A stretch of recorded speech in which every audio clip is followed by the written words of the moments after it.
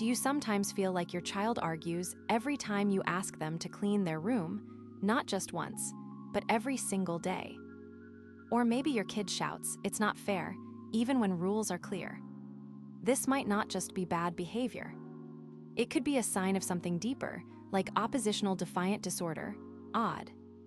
ODD is when a child often loses their temper, argues with adults, refuses to follow rules, and blames others for their mistakes, more than what's typical for their age.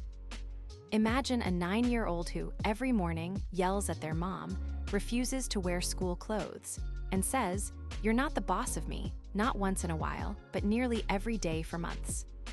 That's when doctors start to consider ODD. It's not about being naughty. It's about a pattern of angry, defiant behavior that affects home, school, and friendships. So why does ODD happen? It's not because parents dropped the baby or didn't buy the right toys. ODD comes from a mix of factors. Think of it like a recipe. If a child has a naturally fiery temper, biological part, grows up with harsh or very inconsistent parenting, environmental part, and maybe has a brain that processes emotions differently, ODD can develop. For example, a boy who's sensitive to noise and crowds, brain sensitivity. His parents yell when he misbehaves instead of calmly teaching him. Over time, he learns to yell back and refuse to listen. Genes may also play a role. If a parent had similar struggles, the child may be more likely to develop ODD. It's not anyone's fault, but knowing the causes helps us fix it. How do you know if it's ODD and not just a tough phase? Look for patterns.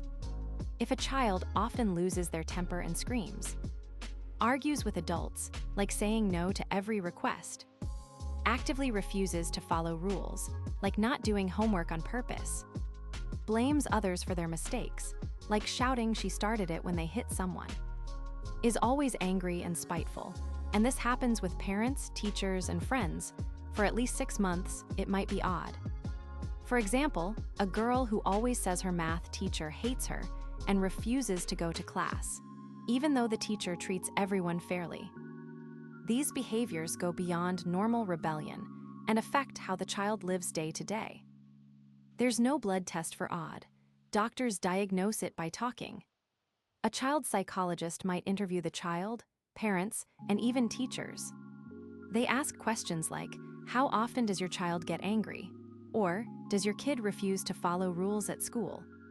For example, if a teacher says the student argues for 20 minutes every time they are asked to put away their phone, that's a red flag. Diagnosis needs the behavior to last at least 6 months and happen in more than one place, home and school. Once diagnosed, treatment usually involves parent training, teaching caregivers how to set clear rules, stay calm, and reward good behavior. In some cases, the child learns skills to manage anger through therapy.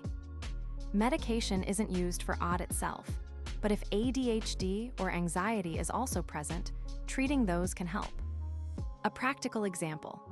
A mom learns to say, "If you finish homework, we'll play a game together instead of yelling," and slowly, the child starts to cooperate. Can ODD be prevented? Sometimes, yes, especially if we catch signs early. Think of it like watering a plant before it wilts.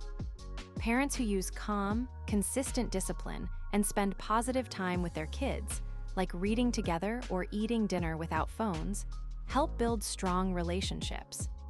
For example, a dad who plays 10 minutes of catch every day with his son creates trust. So when rules are set, the child is more willing to listen. Schools that teach kids how to manage anger and solve problems also help. If a child starts showing defiance, early counseling can stop it from turning into full ODD. Prevention is about connection, not control.